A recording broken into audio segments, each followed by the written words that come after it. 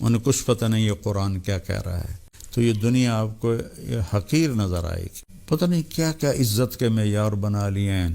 مصیبت یہ ہے کہ آپ بنا بھی لو تو چھوڑ کے مر جائیں گے۔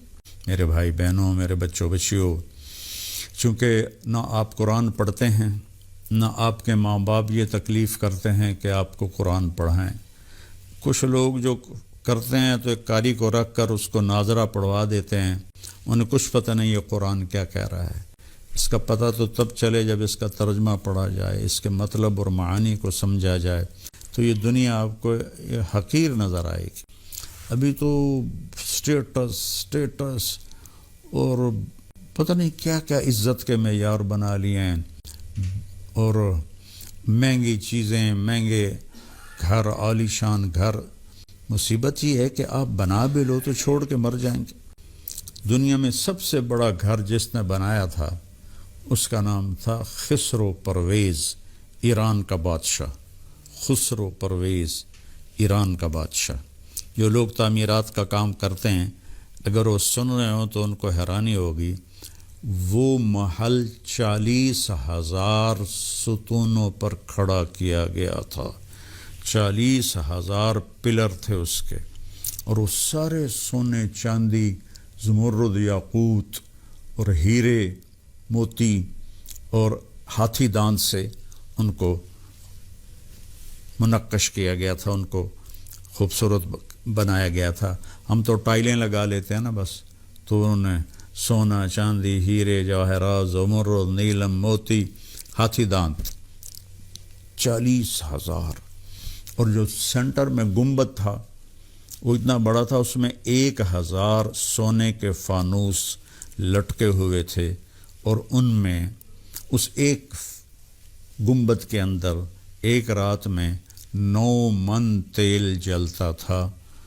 ایک شام سے لے کر صبح تک 9 من تیل جل جاتا تھا، اور وہ 40 مربع میل میں تھا، اور اس میں 960 ہاتھی چھوڑے ہوئے تھے، اور اس میں جانور چھوڑے ہوئے تھے، اور محل میں 3,000 خوبصورت لڑکیاں اس کی آرائش زیبائش کو بڑھانے کے لیے بادشاہ نے رکھی ہوئی تھیں۔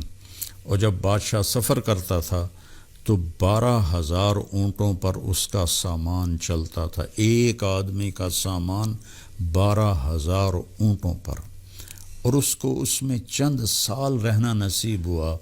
اور رومن جو شکست کھا رہے تھے، اللہ نے ان کو طاقت دی، اور انہوں نے آ کر نینوا کے مقام پر خسرو پرویز کو شکست دی۔ وہ بھاگ گیا، اور انہوں نے قیصر نے ان کے اس محل کو آگ لگا دی، اور وہ بالکل راکھ کا ڈھیر بن گیا۔ آج اس کے کھنڈر بھی کوئی نہیں ہے۔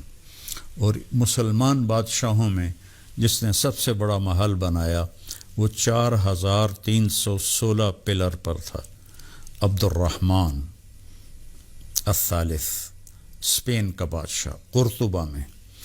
اور 25 سال میں وہ محل مکمل ہوا، اور 1,000 خچر روزانہ اس کے لیے سامان لاتے رہے، اور 10,000 مصری مزدور اس پہ کام کرتے رہے۔ اور اس میں ہم سوئمنگ پول پانی کا بناتے ہیں، اس میں سوئمنگ پول تھے پارے کے، تو وہ تیرنے کے لیے نہیں تھا، وہ خوبصورتی کے لیے تھا۔ اس طرح کہ ان کو اس طرح ڈیزائن کیا گیا تو پارا چونکہ ٹھہرتا نہیں، ایسے ایسے کرتا ہے، ایسے ایسے کرتا ہے، تو سورج کے اینگل کو سامنے رکھ کر بنایا گیا، ادھر محل کے اینگل کو۔ جب سورج کی شعائیں اس پر پڑتی اور وہ پارا ایسے کرتا تو شعاع جب ریفلیکٹ ہوتی تو وہ بھی ایسے ایسے ہوتی ہوئی جا کے محل پہ پڑتی، تو یوں نظر آتا تھا جیسے محل ڈانس کر رہا ہو، پورا محل ڈانس کرتا ہوا نظر آتا تھا۔ اور اس میں بھی اس کو صرف 25 سال رہنا نصیب ہوا، اور وہ مر گیا۔